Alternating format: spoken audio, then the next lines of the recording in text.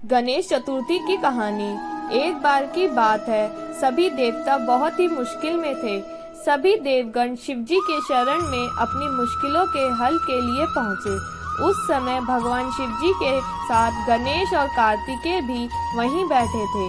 देवताओं की मुश्किल को देखकर शिवजी ने गणेश और कार्तिकेय से प्रश्न पूछा, तुम में से कौन देवताओं की मुश्किलों को हल करेगा और उनकी मदद करेगा।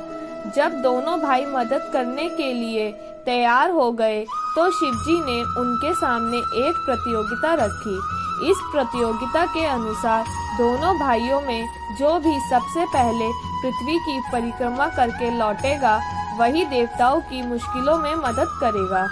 जैसे ही शिवजी ने यह बात कही, कार्तिकेय अपनी सवारी मोर पर बैठकर पृथ्वी की परिक्रमा करने चले गए, परंतु गणेश जी वहीं अपनी जगह पर खड़े रहे और सोचने लगे कि वह मूषक की मदद से पूरी पृथ्वी पर चक्कर कैसे लगा सकते हैं। उसी समय उनके मन में एक उपाय आया।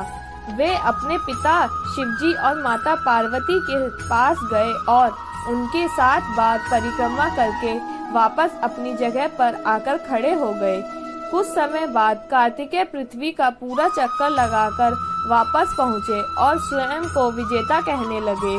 तभी शिवजी ने गणेश जी की ओर देखा और उनसे प्रश्न किया, क्यों गणेश, तुम क्यों पृथ्वी की परिक्रमा करने नहीं गए।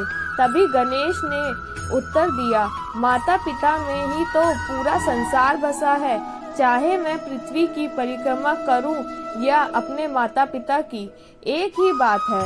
यह सुनकर शिवजी बहुत खुश हुए और उन्होंने गणेश जी को सभी देवताओं के मुश्किलों को दूर करने की आज्ञा दी।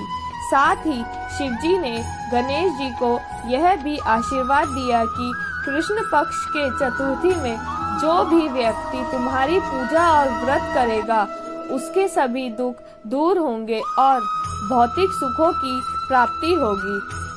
अगर आपको यह कहानी अच्छी लगी है और आपको ऐसी और भी नई नई कहानियाँ सुननी है, please like, share and subscribe the channel and don't forget to press the bell icon. Thank you.